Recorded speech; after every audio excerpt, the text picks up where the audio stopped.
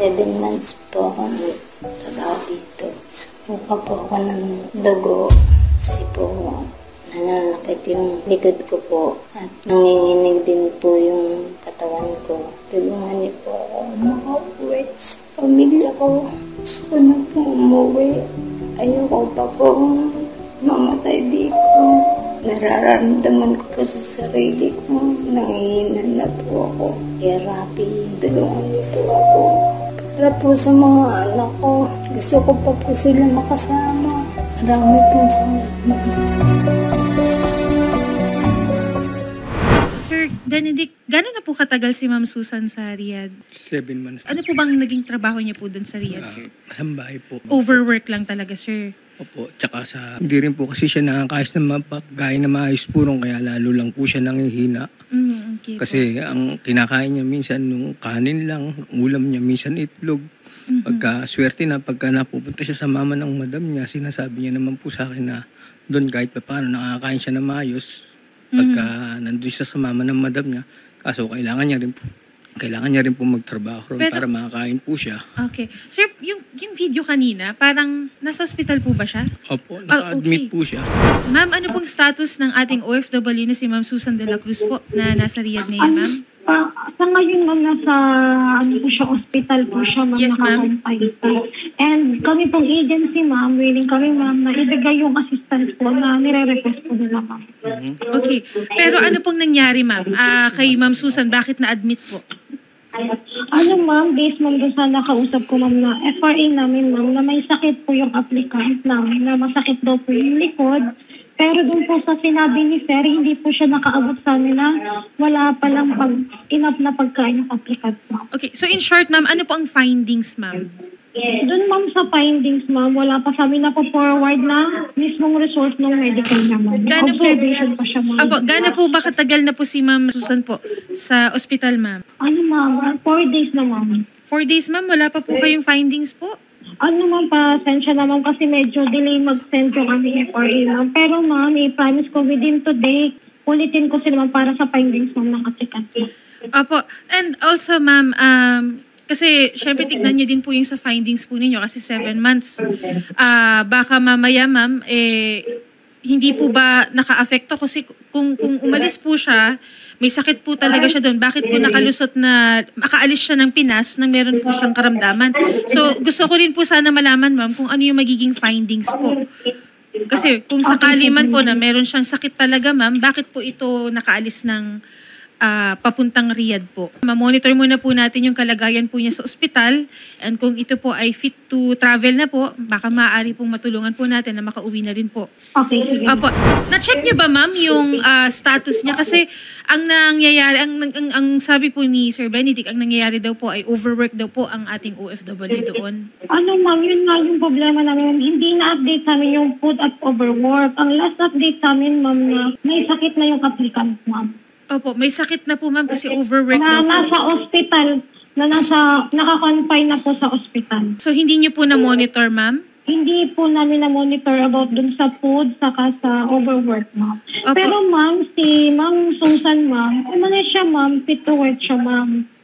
Pero, may waiver siya, ma'am, sa ma'am, FPS saka sa kit niya. Kailan niyo nalaman na meron po siyang sakit na ganito, ma'am? Ma'am, nung Friday din, ma'am. Saan niyo po nalaman nung Friday, ma'am? Sa ospital na po? Sa FRA, ma'am. Sa FRA po namin, nag-message po sila, ma'am.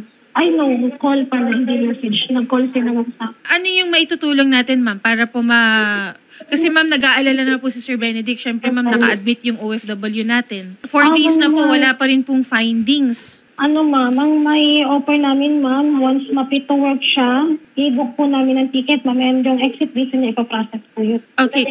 Kapag fit to travel na po, ma'am. Opo. Kasi mukhang hindi na po siya Opo, direct. Nung endorse na po sa amin itong kaso kanina, ang ginawa po namin, nakipag-coordinate agad kami po, no, doon sa OWA Riyadh. And then ang unang tanong po is saan po nakakompine para po we can conduct hospital visit at malaman ano yung diagnosis po ng doctor so we can secure a medical report at po ano po yung maitutulong po ng ating MWO. Ma'am Reza, Ultimo po yung ospital, hindi niyo po alam kung saan? Yun nga, yung problema namin, ma'am, mag-update lang sila na nasa ganito, nasa hospital yung applicant namin, ma'am. After that, wala na pong information. Kaya ngayon, ma'am, nakailang call na talaga ako sa FRA namin para ma-request yung findings, name ng hospital, tapos yung mga nila. Wala kayong maisagot po sa OWA kung anong ospital po, ma'am. Aplikante niyo po yan. Dapat po lahat po ng impormasyon hawak niyo na po. Lalo na po, ospital na po. Nasa ospital na po ito. At 4 na araw na po. Pero ngayon, parang wala kayong detalye talaga, ma'am Reza. Pasensya na talaga, ma'am, kasi hanggang ngayon hindi talaga sumasagot yung FRA namin kasi medyo maaga pa, ma'am. Ma'am, before 5 p.m., nakamonitor po si Sir Rafi. Kailangan po nakuha na natin lahat ng detalye, ospital, yung findings, lahat po, ma'am. Makikipagtulungan na po kami, ma'am, sa OWA para po mas mapabilis yung pagproseso, ma'am. Pero next time, ma'am, yung agency po, no, dapat po sana inaalam po lahat ng detalye. Magmula ulo hanggang paa, ma'am. Kailangan alam niyo po kung ano po ang nangyayari po sa ating mga aplikante, sa ating mga OFW, ma'am. Dapat consistent po ang pag-monitor po ninyo dyan. Okay po, ma'am. Ang party list na masasandalan. Axia yes. Number 68 sa balota. Attorney She, bali mamaya po, kunin po natin, makikipagtulungan po kami para makakuha po yung lahat po ng detalye po sa OFW po natin na si Ma'am Susan. Yes, Ma'am Shari, and rest assured po na ang OWA po, nakaantabay na po, no?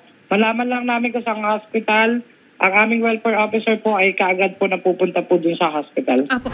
Kaalalay naman po ang OWA. At ang MWO natin, nakahanda naman po tayo na tumulong pagdating po sa kanyang hospital bill and medication. But syempre, i-asset muna natin yung obligasyon po muna ng employer, FRA at ng PRA po. And then after that, if Susan wanted po to go home na pagkatapos mabigyan ng fit to travel, of course, ang OWA po ay sisiguraduhin po na siya po ay mapapauwi po as soon as mabigyan na po ng exit visa at medical clearance. And we will be assisting her from Riyadh hanggang po makauwi siya at makauwi na po siya kapiling po ng kanyang pamilya. Sir, ngayong nandito na po kayo sa tanggapan ni Senator, 24/7 po naming imo-monitor si Ma'am Susan. So ito po, kumikilos na rin po ang OWA para malaman po natin yung kinaroroonan, yung ospital po ni Ma'am Susan. Malaman po natin kung anong findings. So ipapatawag din po natin yung agency sa OWA po, no, para po malaman din po lahat po ng detalye pa ng OFW po natin. Opo. Tulungan po namin kayo, sir. And rest assured, sir, ngayong 5 p.m., magkakaroon po tayo ng balita kay Ma'am Susan. Salamat po, ma'am. Naawa na po kasi ako sa asawa ko tsaka sa mga anak ko. Ilan po ang anak niyo, sir?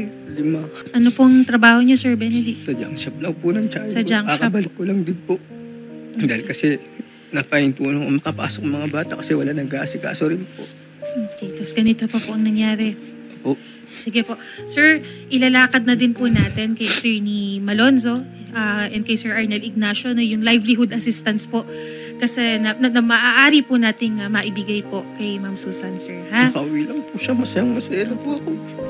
Salamat po sa programa niya po. Maraming salamat po, Sir Rafi, sa programa ninyo na katulong po. Thank you po.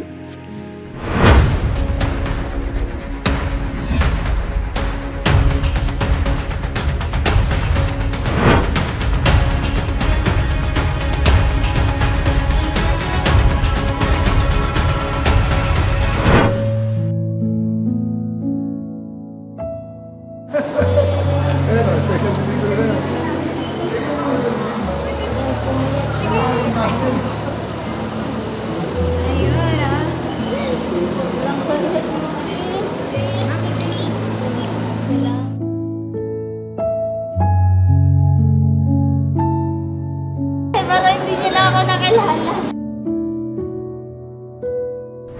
Ma'am Susan, unang-una welcome back po at thank God naman po kayo po ay nakauwi ng maayos dito sa Pinas. Kamusta po ma'am ang biyahe ninyo? Okay naman po. Masaya po ako kasi nakabalik na po ako ngayon sa pamilya ko po at nagpapasalamat po ako kay Sir Rapi Tulfo sa mga tulong niya po sa akin. Ma'am, kayo po pala ay first time OFW and unfortunately, after 7 months of working, kayo po ay nakaranas ng different condition dun sa ibang bansa at kayo po ay nagkasakit. Pwede nyo po bang maikwento, ma'am, ng briefly? Ako po nagkasakit dahil po ay di ko po kasi maano yung trabaho ko po, nahirapan po ako kasi marami pong trabaho pero kinakaya ko naman po para sa pamilya ko. Pero yun nga po, nagkasakit po ako ng 2 months, na ospital po ako. At yun nga po, at nalulungkot ako na ganun po yung nangyari sa akin. Gusto ko po tapusin yung kontrata ko po doon pero nagkasakit po ako. Para po sana sa pamilya ko, gusto ko po magtrabaho po para sa kanila. Pero dahil po nagkasakit po ako, mas ginusto ko na po bumalik po dito para maalagaan ko na lang po sila at ang aking asawa na lang po ang magtatrabaho. Ma'am, nung lumapit sa amin si Sir Benedict, medyo naging emotional po siya. Talagang parang natataranta siya kasi dun sa condition mo. Meron ka bang gustong sabihin sa kanya nung mga panahon na siya yung nag-aalala para sa'yo? Opo, lagi niya pong sinasabi, di baling wala tayong pera, basta maayos ka at makabalik ka sa amin ng maayos. At lagi po siya tumatawag sa akin na lagi po siya nag-aalala. Sabihin mo na sa amo mo na may sakit ka. At lagi ako nag-aalala, hindi daw siya makatulog dahil sa pag-aalala po sa akin at sa mga anak ko po. At lagi po siyang umiiyak, gabi-gabi po yun. Lagi niya sinasabi sa akin na umuwi ka na. Kasi po, ayaw ko po talagang umuwi. Kasi gusto ko po talaga, pagpatuloy ko po yung pagtatrabaho ko sa ibang bansa. At ito nga po, nakapag-desisyon po ako dahil yung mga anak ko humiling sa akin. Mama, kahit wala tayong pera, basta magkakasama tayo. Okay na po ako, masaya na po ako. Nakita ko asawa ko maayos. Nakauwi siya rito. Yun lang po. Mas mahalaga sa akin ng asawa ko. Gusto ko pa po siyang makasama habang buhay habang maliliit pa po mga anak namin. Ayoko po siyang mawala sa piling ng mga anak ko at saka sa amin po mag-asawa. Gusto ko pa pong balaki maayos yung mga anak namin. Yun lang po. Love you, babes. I love you too, babes. Mahal na mahal ko kayo. Sa isang katulad mo po na tinatawag nating distressed OFW, ang OWA po ay mayroong financial na tulong para sa inyo upang sa gayon ay makapagsimula po ulit kayo ngayong bumalik na kayo ulit dito sa Pilipinas. Maraming salamat, Idol Rafi, sa mga tulong nyo sa amin. Kung hindi dahil po sa inyo, hindi po namin ito na makauwi po ako ng ligtas at maayos. At minadali po talaga ang aking pagpauwi. Yung on the spot po nung palabas po ako ng ospital ay inanuhan na po talaga ako ng ticket. Kung hindi dahil po sa inyo, siguro po natagalan po ako sa ibang bansa. Maraming salamat po, Idol Rafi. Maraming salamat din po sa inyo, Idol Rapi Tulfo, sa programa niyo po. Marami po kayo natutulungan.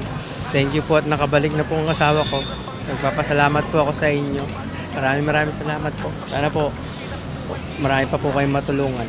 Si Idol Rafi po ay patuloy na aalalay at gagabay po sa ating mga OFW. Maraming salamat, ma'am, sa tiwala po sa programa ni Idol Rafi. Maraming po salamat sa programa niyo po at kay Idol Rafi po. Araw-araw ay gabayan ka ng may kapal dahil sa mga pagtulong mo na walang kapalit. Nakita yon lahat ni Lord, siya na bahalang magbalik. Salamat sa'yo, Idol Rafi.